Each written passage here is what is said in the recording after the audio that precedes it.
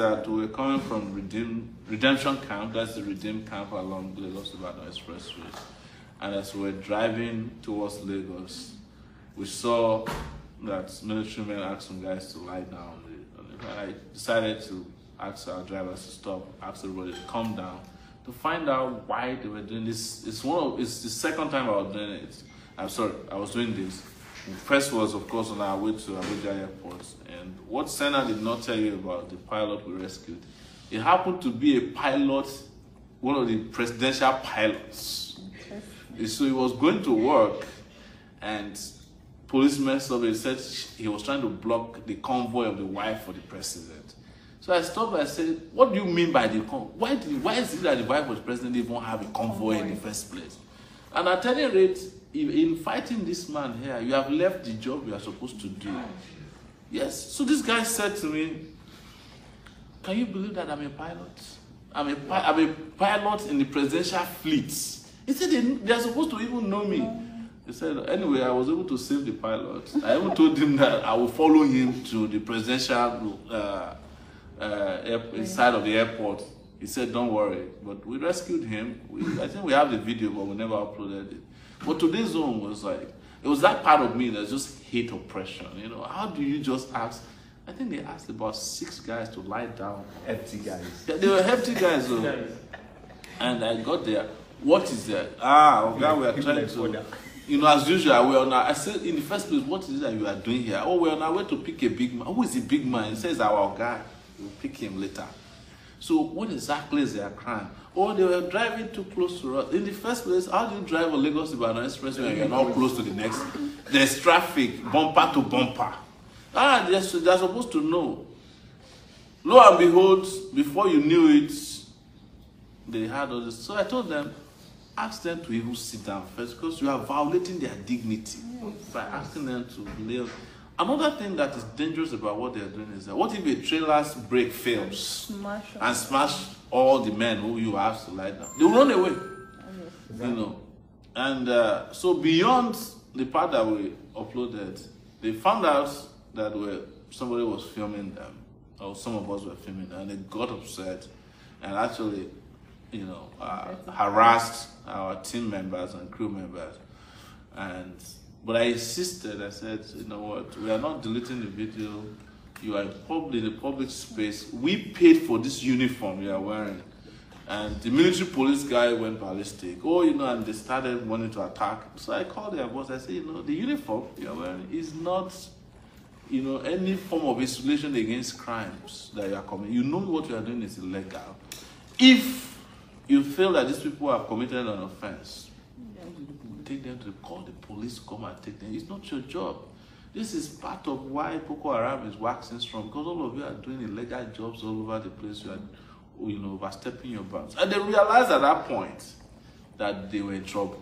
In fact, the military police officer who was he was sweating profusely from every pore, you know, that is available in his body. He's just like sweating profusely. They cocked a gun at the point. Yeah, they cocked a gun on us. I told them, I said, look, you are wasting your time. Tell your guys, everybody who's involved in this will be in trouble by tomorrow, or even immediately now. So eventually, they said, okay, they have done their search and found out that the guys had, what do they call it, boy, you know, in English? Sacrifices in their trunk. So I asked them, I said, that is their religion. If they have sacrifice in their, that's their problem. It's not your problem. You know, why would you challenge somebody? Why would you stop somebody and ask them to lie on the ground? Because they have sacrifices. So it turns out that some of the guys were OPC guys who are coming from one of their events, and they're vigilantes that are helping communities around Lagos. They come from Lagos Island. So, and apparently something could have gone wrong there because they were already beating up some of them. So I asked them to stand up. So they stood up. And those guys, the moment they saw that we were engaging them, also, you know, developed some courage.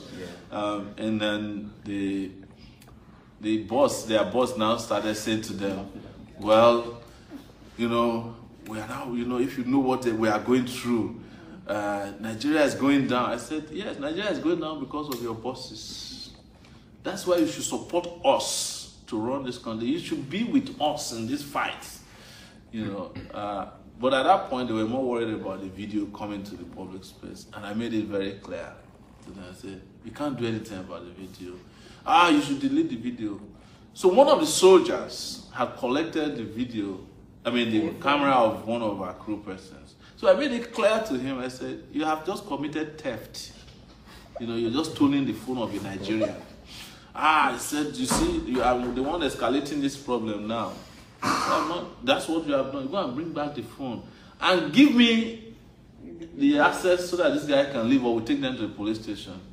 So I asked the guys, they said they collected the IDs. I said, go and bring me the ID. They brought me the ID. I gave them one by one, you know, called out their names. They said, Oga, they are in possession of a car key too. I said, oh, yeah, go and bring the car key. They gave me the car key. I gave it to them. I said, enter your car. So we now went, and then they were worried about the video coming out. I said, well, go by the way you have conducted yourself, we'll look at it. Now one of them said, no, we have to delete. I said, let me explain something to you. I don't know which kind of military guys you are. You should have known that the world has moved on technologically. I said, the whole of me, as you are seeing me, I am reporting you. My body is made up of cameras. And lo and behold, one of my microphones, lavalier, was taken out of my chair. They looked at it and like, oh, really?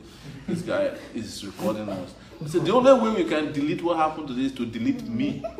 And if you delete me, another camera is also. So at that point, they talked to themselves. They gave us a camera. They gave us a phone back, and we left the place.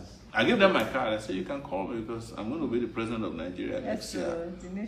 And they collected it. But they were sweating like Christmas goats, worried stiff. And I want to encourage Nigerians, if any uniformed person is oppressing you, don't give up. Don't be scared. Take it back. And it's also very important. We must mention this. The guys around the place also developed some courage in the side moving towards us, and they got scared about that people were supporting us. And by the time we left the venue, we had gotten more converts, including the guys who we saved. Yes. Those ones are like, sir, you are our next president next year because this thing that you did for us. Trust me, I know what could have gone wrong, and they could have shot them. Yeah. Because at the end of the day, they said, when we had the conversation about, so what if they are worshipping other things? What's your problem? The leader said, no, we are not against their religion. We are just looking for human head. I said, human head? But you have checked, there's no human head. And then he said, you know, we don't know who is following us. But, you know, the long and short of it is that our uniformed officials always feel on top of the world, you know. They are uncontrollable, they are out of control. The violation of rights and dignity of Nigeria has become their career. It's like the more they violate Nigerians' rights, the better they feel inside that uniform. It happened to me once. A friend of mine was driving. This was like 2005. I just came from the US. A friend of mine was driving to see my younger sister somewhere in Ojo. And he caught in front of an army major, his car. The guy then pursued us, stopped us, and an army major, he said, first and foremost, we must kneel down right there. I said, for what? Traffic offense? I will kneel down on the highway. For you? Or who exactly? Before you knew it, you know, on that Ojo highway, there's always soldiers. They jumped out of everywhere. They surrounded me. Oga, what do you want us to do to him? I told him, I said, you're a major. If any of these your goons touch me, and the confidence I was exuding made him to be, so he kept asking, who are you? I said, you will find out, just let them touch me. Who are you? Who are you? At the end of the day, he called the guys up. He said, don't worry, I'll resolve this. He kept asking me, who are you?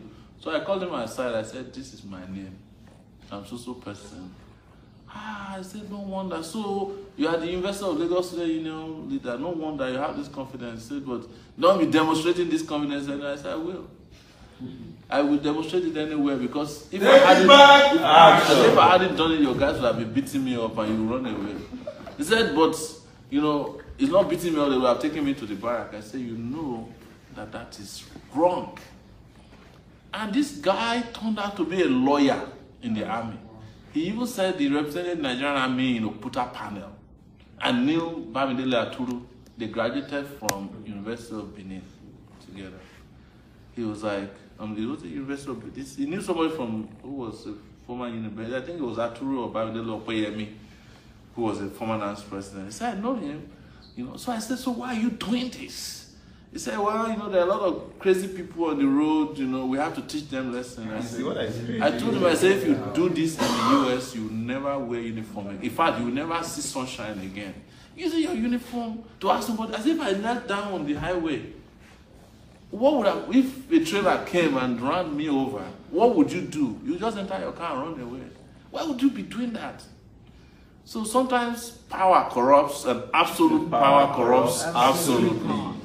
But you know, as they usually say, power doesn't give any inch of space except it meets superior power. Yes. That's deep. Yes. So the superior power is people's power. And you can challenge anybody in uniform in this country if you are always on your right. Nobody should ask you to kneel down or lie down. You know, at worst, if they are convinced that you committed a crime, they put a handcuff on you as a restraining process. Or if you are proven difficult, they can tackle you down.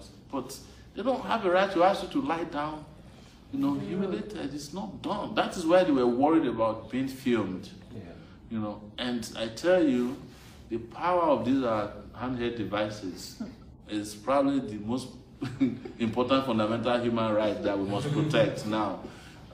Because this is what we're also going to use to reveal how they rig the election if they do it next year, or how they are doing see and buy, any of the strategies they are going to adopt. So get a phone.